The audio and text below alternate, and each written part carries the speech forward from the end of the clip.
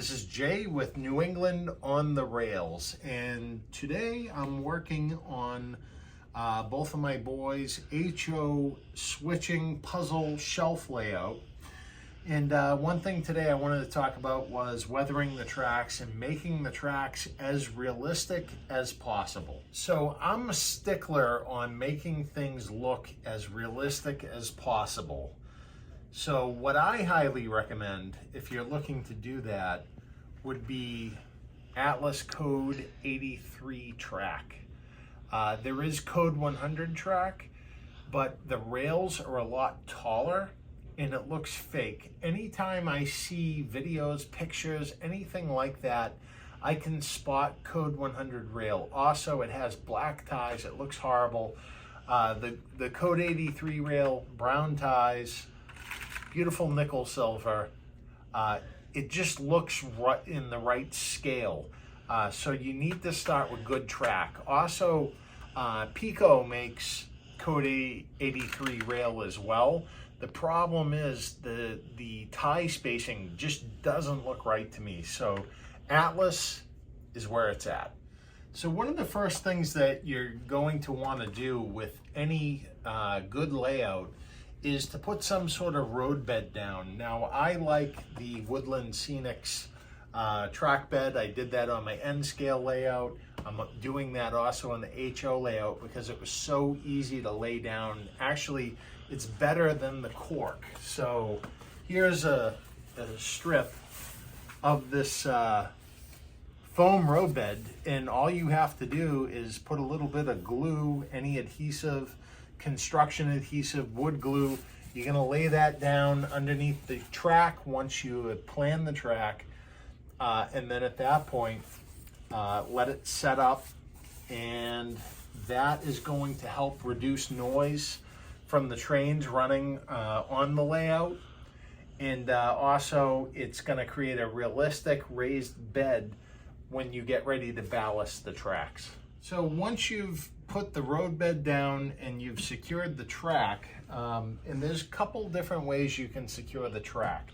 One of the methods is actually using basically a punch and also basically these road bed nails, as you can see. And the Code 83 track will have holes for mounting that in the tracks.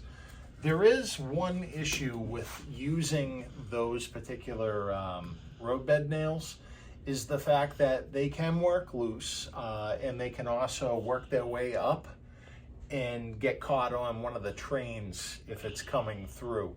So that can create problems. So, you know, I did that on this just so it's very secure.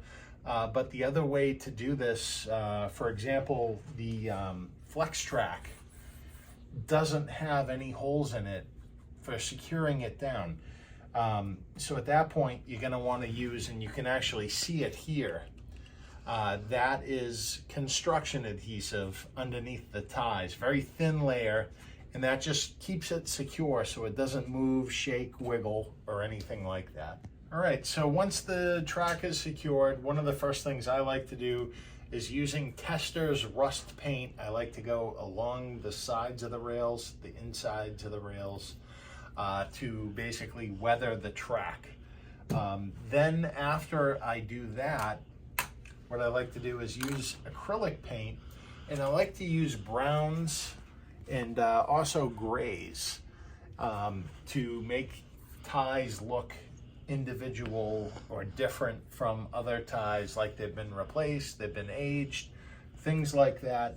That makes the track look more realistic. And then afterwards, what I like to do is once all the paint is dry, go over the top of the rails with a Bright Boy to remove any excess paint. That way you have no issues with the trains running on the tracks. All right, so this is part one on how to model realistic track on a train layout. In part two, I'm going to cover doing the ballast, which I have some ballast here, Woodland Scenics ballast. And I'm going to go with the fine ballast, which is good for N scale and HO. So we'll end up putting this on the track and I'll explain how that is done. If you guys enjoyed this video, obviously be sure to give the video a like. If you have questions or comments, I'm more than happy to answer any questions that people may have about that. And if you're not subscribed to our channel, be sure to subscribe to our channel. This is Jay with New England on the Rails. Thank you very much for watching, guys. Take care.